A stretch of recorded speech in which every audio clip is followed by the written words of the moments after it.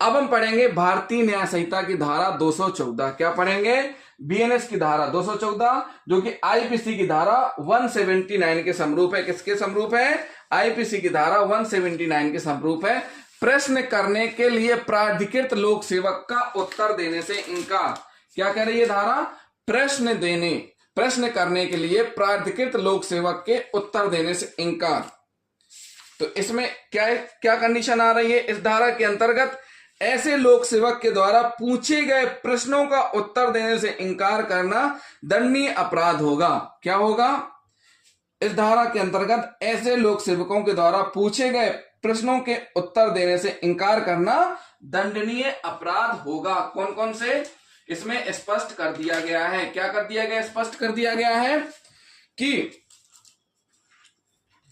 भारतीय साक्ष्य नियम धारा 121 से 132 के अंतर्गत साक्षी को पूछे गए प्रश्नों का उत्तर देने के लिए बाध्य न होने की छूट दी गई है, परंतु यदि वह गलत उत्तर देता है तो उसे दंड संहिता की धारा 193 के अधीन दंडित किया जाएगा, न कि इस धारा के अंतर्गत दंडित किया जाएगा। आगे हम बीएनएस में पढ़ेंगे, गलत साक्ष्य देने पर दंडित किया जाएगा। उसमें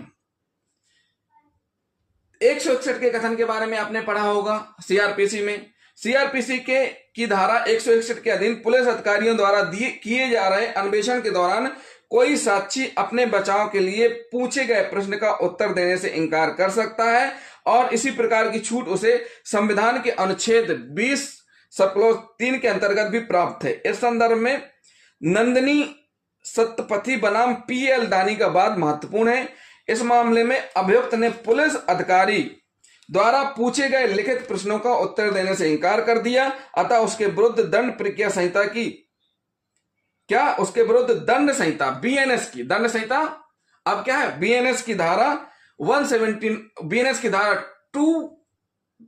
214 और आईपीसी की धारा 179 के अधीन आरोप लगाया गया, जिसका संज्ञान कर लिया गया। अभियुक्त ने इस कार्रवाई की वैधानिकता को चुनौती दी। उच्चतम न्यायालय ने विनिश्चित किया कि यदि पुलिस द्वारा पूछे गए प्रश्नों का उत्तर देने से किसी व्यक्ति को मामले में फंसने की आशंका हो तो वह ऐसे प्रश्नों का उत्तर देने से इनकार कर सकता है।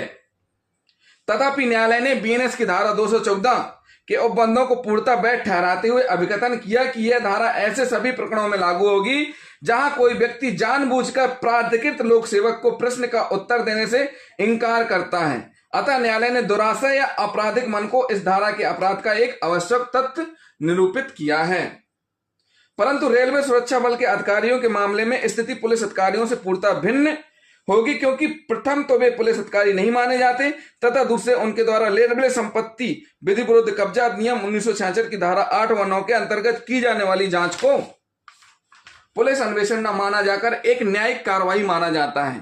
अतः इस विशिष्ट अधिनियम की धारा 9 में उल्लेख है कि रेलवे सुरक्षा बल के अधिकारियों के द्वारा की जा रही जांच में बुलाए गए व्यक्तियों को समन का अनुपालन करते हुए सत्य कथन करना चाहिए, और यदि वे पूछे गए प्रश्नों का उत्तर देने से इनकार करते हैं तो उन्हें इस धारा के अधीन दोषी मानकर दंडित किया जाएगा।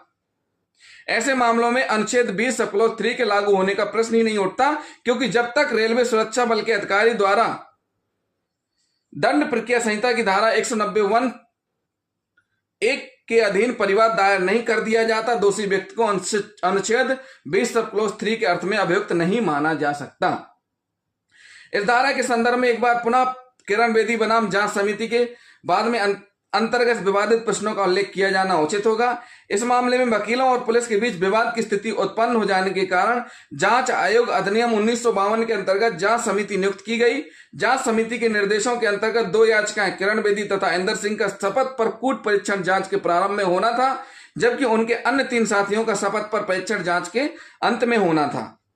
अतः ये 2 याची दुविधा में स्थिति में थे, क्योंकि यदि वे शपथ ग्रहण कर स्वयं को सत्य कथन करने के लिए बात करने से इंकार करते तो वे धारा 178 यानी कि बीएनएस की धारा 213 के अधीन दोषी होते, और यदि वे शपथ लेकर स्वयं को बात करके पूछे गए प्रश्नों का उत्तर देने से इंकार करते तो बीएनएस की धारा 214 के अंतर्गत दोषी होते।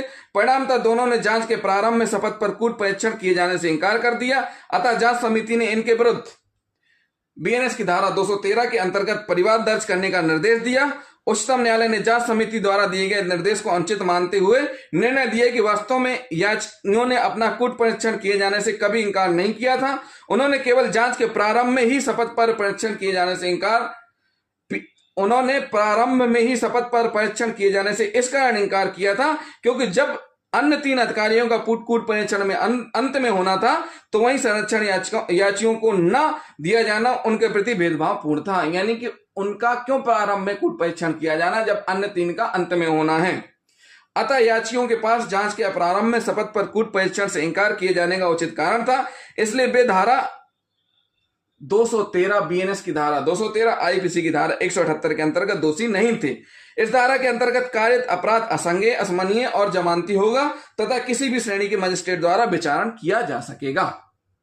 तो साथियों, इसमें स्पष्ट कर दिया गया है कि प्रश्न करने के लिए प्राधिकृत लोक सेवक का उत्तर देने से इंकार करना, अगर कोई व्यक्ति इस प्रकार का कृत्य करता है, इंकार करता है, तो उसको दंडित किया जाएगा। दंड का प्रावधान है, दंड में दोष सिद्ध होने पर 6 माह तक का कारावास, जुर्माना जो कि 5,000 रुपए तक का हो सकेगा, दोनों से दंडित किया जाएगा।